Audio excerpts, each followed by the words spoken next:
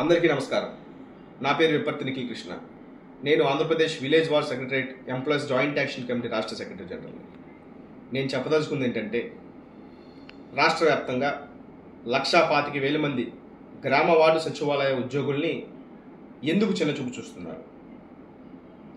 మిగతా ప్రభుత్వ ఉద్యోగులు ఒకలాగా, ప్రభుత్వ ఉద్యోగులైనటువంటి 1,25,000 మంది గ్రామ వార్డు సచివాలయ ఉద్యోగులు ఒకలాగా ఈ వివక్ష ఎందుకు చూపిస్తున్నారు? పెద్ద పెద్ద చదువులు చదువుకొని ప్రైవేట్ ఉద్యోగాలు వదులుకొని ప్రభుత్వ ఉద్యోగం అనే ఒకే ఒక ఆశతో ఈ వ్యవస్థలోకి రావడం జరిగింది. గత 6 సంవత్సరాలుగా చాలా నిబద్ధతతో మా విధులు నిర్వహించాం. కరోనా లాంటి కష్టకాలంలో కూడా ముందుండి ఏ విధంగా సర్వీస్ అందించామో ప్రజలందరికీ తెలుసు. అలాంటి ఈ వ్యవస్థని ఎందుకు గత సంవత్సరంగా ఒక సర్వేల కోసమే ఉన్నట్టు, ప్రతి ఇంటికి తిరిగి సర్వేలు చేయాలన్నట్టు మా మనోభావాలు దెబ్బతీస్తున్నారు. ఎంతటి వర్క్ అయినా చేయడానికి ఉద్యోగం సిద్ధంగానే ఉంటాడు, కానీ ఆత్మగౌరవాన్ని చంపుకొని ఉండాలంటే మాత్రం చాలా బాధగా ఉంది.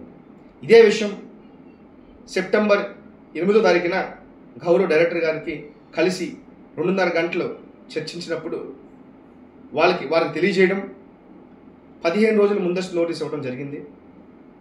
ఇంటింటికి తిరిగి సర్వేలు చెయ్యం, గవర్నమెంట్ కానీ ప్రభుత్వానికి కానీ ప్రభుత్వ విధానాలకు కానీ మేము వ్యతిరేకం కాదు, ఇంటింటికి తిరిగి సర్వేలు మాత్రం మినహాయించండి.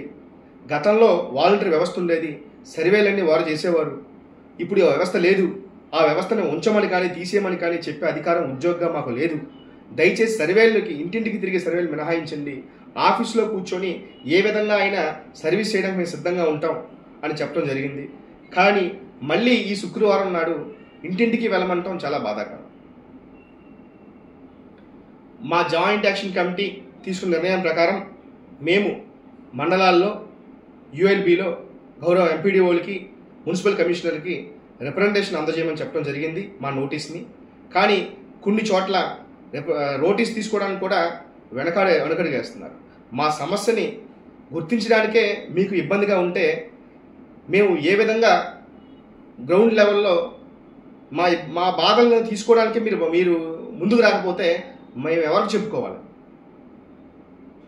ప్రభుత్వాన్ని మేము కోరేది ఒకటే, 15 రోజుల్లోగా మాతో చర్చలు జరిపి మేము అడిగిన దానికి మీరు సానుకూలంగా స్పందిస్తారని ఆశిస్తున్నాం. రాని పక్షాన సానుకూల స్పందన రాకపోతే మేము ఏదైతే చెప్పామో దానికి కట్టుబడి ఉంటాం. ఈరోజు చాలామందికి షోకాజులు మెమోలు ఇవ్వడం జరుగుతుంది. ఉద్యోగంగా మా బాధను అర్థం చేసుకోకుండా ఇంకా ఇబ్బందికి గురి చేస్తుంటే మా బాధను రెట్టింపు చేస్తున్నారు. ప్రతి ఉద్యోగికి మేము చెప్పదలుచుకుంది ఏంటంటే, జాయింట్ యాక్షన్ కమిటీ తప్పకుండా ఉద్యోగుల పక్షాన నిలబడుతుంది. ఈ రాష్ట్రంలో ఎక్కడ ఏ ఉద్యోగి ఇబ్బంది వచ్చినా తప్పకుండా 1,25,000 మంది ఒకటిగా ముందుంటాం.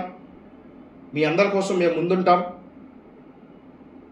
ప్రభుత్వాన్ని మేము కోరేది ఏంటంటే, దయచేసి మా బాధను అర్థం చేసుకోండి.